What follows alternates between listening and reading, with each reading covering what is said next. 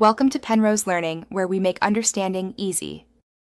In this video, I will explain how to study faster and smarter. First, let's lay a strong foundation. Begin by setting clear, specific learning objectives for each study session.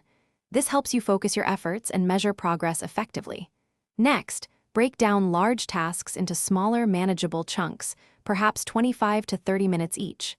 Finally, prioritize your most challenging subjects during your peak concentration times, usually in the morning or early afternoon, to maximize your mental energy. Now, let's talk about active learning, which is far more effective than passive reading.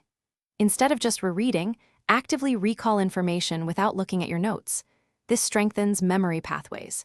Try explaining complex concepts aloud to yourself or even to an imaginary audience, as if you're teaching it.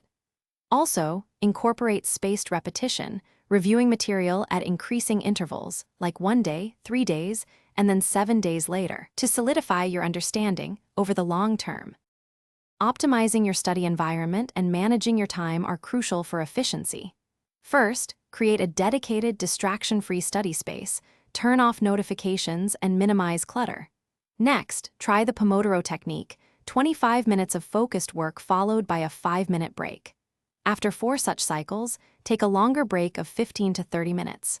Remember to stay hydrated and take short, 5 to 10-minute physical breaks every hour to keep your mind fresh and alert. Finally, consistent review and self-care are non-negotiable for sustained performance. Regularly review past material to reinforce learning and identify any knowledge gaps before they become major issues. Crucially, ensure you get 7 to 9 hours of quality sleep each night. Sleep is when your brain consolidates memories. Lastly, incorporate regular physical activity, even just 30 minutes daily, to boost your energy levels and improve cognitive function. Thanks for watching. If this was helpful, leave a like and consider subscribing. See you next time.